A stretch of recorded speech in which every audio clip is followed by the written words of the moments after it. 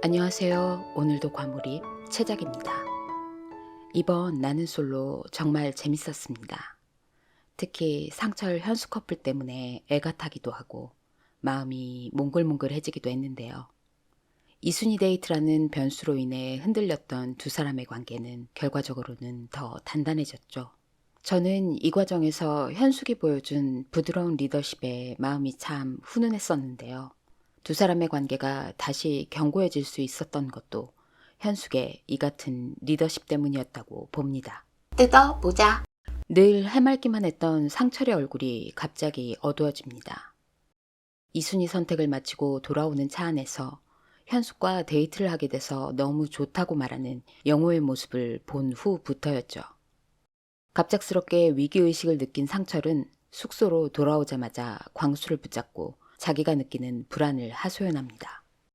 현숙과 영호의 바이브가 맞을 수도 있을 것 같다. 영호가 계속 연하를 고집하면서도 현숙을 제외시키지 않는 게 마음에 걸린다는 거였죠. 그러면서 이렇게 불안한 걸 보면 자기에게 이순이와 삼순이는 없을 수도 있겠다고 깨닫기 시작합니다. 그런데 보통 이런 상황에서 불안함을 느끼면 내가 그만큼 현숙을 좋아하나 보다 하고 인정을 하면 되는데 아직까지 상철은 자기가 느끼는 불안이 혼란스럽기만 한 것 같습니다. 그래서 현숙과 마주치자 다소 엉뚱한 행동을 하기 시작하죠. 거실에서 노트북을 안고 있는 상철에게 현숙이 왜 노트북을 들고 왔냐고 묻자 상철은 마치 이순이 데이트를 위해 준비를 해온 양 다 서치해놨죠 지금 하면서 쓸데없는 허세를 부리다가 자기도 이건 아니라고 생각했는지 곧바로 자기 노트북이 아니라고 하면서 노트북을 내려놓습니다. 그리고는 좀처럼 현숙과 눈을 마주치지 않으려 하죠. 현숙도 상철의 행동에서 뭔가 이상함을 눈치챘지만 이에 대한 의문을 풀지 못한 채 각자 다른 사람과 데이트를 하러 떠나게 됩니다. 상철은 영숙과 2대1 데이트를 했죠.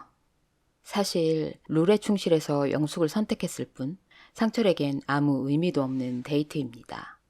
본래 모습으로 돌아온 상철은 영숙도 챙기고 영수도 챙기면서 두 사람이 즐거운 데이트를 할 수 있도록 분위기 메이커 역할을 톡톡히 합니다. 그리고 영수와 영숙이 둘만의 시간을 갖는 동안 혼자 기다리던 상철은 현숙을 떠올리죠. 아마도 이때가 현숙에 대한 자신의 마음을 확인하는 순간이 아니었나 싶습니다. 반면 현숙은 영호와 데이트를 하면서 즐거운 시간을 보내게 됩니다. 그리고 영호에게서 예상치 못한 의외의 면들을 발견하게 되죠. 영호는 이 데이트를 통해서 현숙의 매력에 빠지게 되고 현숙을 향해 직진하게 되는데요. 이에 대해서는 다음 영상에서 별도로 다루기로 하고 여기서는 의외로 호감이었던 데이트 정도로 마무리하겠습니다. 데이트에서 돌아온 상철은 숙소에 들어서자마자 영호에게 오늘 데이트가 어땠냐고 묻습니다. 영호는 자기도 현숙이 1픽이 됐다고 당당하게 밝히죠. 이해질세라 상철도 빼지 않고 영호의 참전이 불안하다면서 이제부터 열심히 할 거라고 말합니다. 서로 간을 보거나 재는 거 없이 솔직히 말하는 두 남자의 모습이 참 멋지다는 생각이 들었는데요. 그런데 문제는 상철이 겉으로 보여주는 호기로움과 달리 내면적으로는 불안에 휘둘리고 있는 것 같다는 거였죠. 술자리 진실게임에서 보여준 상철의 모습은 안타까우면서도 실망스러웠습니다. 상철과 현숙은 저녁 술자리가 돼서야 서로 마주하게 됩니다. 하지만 그 사이에는 영호가 자리를 지키고 있죠.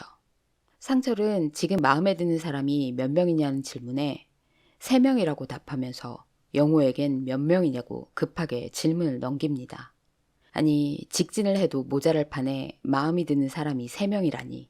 마음에도 없는 소리를 하는 상철의 돌발 행동에 급격히 어두워진 현숙의 표정이 더 눈에 들어왔습니다. 상철의 급발진은 계속됐습니다. 갑자기 영호를 향해 오늘 데이트가 어땠냐, 좋았냐, 잘했다고 생각하냐, 속사포 질문을 쏟아냅니다.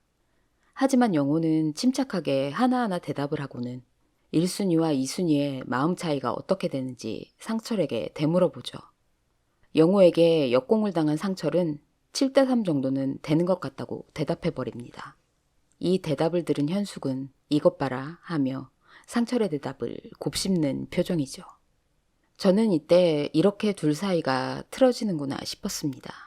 왜냐하면 이순희 선택 이후 계속 거리감이 느껴지게 행동하는 상철의 태도에 현숙의 마음이 상할 법도 했으니까요. 하지만 영호가 자리를 뜨자 현숙은 곧바로 상철에게 밖으로 나가자는 신호를 보냅니다. 비로소 갖게 된 둘만의 시간. 현숙은 상철에게 정말 마음에 드는 사람이 셋이나 있냐 묻지 않습니다. 이순희 선택 후 뭔가 거리감이 느껴지는데 오늘 데이트로 인해 뭔가 마음의 변화가 생겼냐 묻지도 않습니다. 대신 이렇게 이야기하죠. 오늘 여자들이 선택을 할 줄 알았다. 만일 그랬다면 내가 선택하려고 했던 사람이 누군지 말해주고 싶다. 내 선택은 상철이 바로 너다. 그 순간 상철의 얼굴이 환해집니다. 그리고 자기도 오늘 데이트를 하면서 계속 현숙을 생각했다고 고백하죠. 이렇게 속내를 주고받으면서 두 사람은 서로에 대한 마음을 확인합니다. 현숙에게 자신감을 얻은 상철은 두 사람을 위해 슈퍼데이트권까지 따겠다고 호언장담을 하죠. 언제 무슨 일이 있었냐는 듯 금세 꽁냥거리는 두 사람을 보면서 저도 잠자고 있던 연애세포가 일시에 살아나는 것 같은 기분을 느꼈는데요. 아마도 이 맛에 나는 솔로를 보는 거겠죠. 그리고 한편으로는 현숙이 상철에게 보여준 포용력에 감탄을 했는데요. 새로운 변수에 흔들리는 상철을 보면서 현숙도 마음이 좋지만은 않았을 겁니다.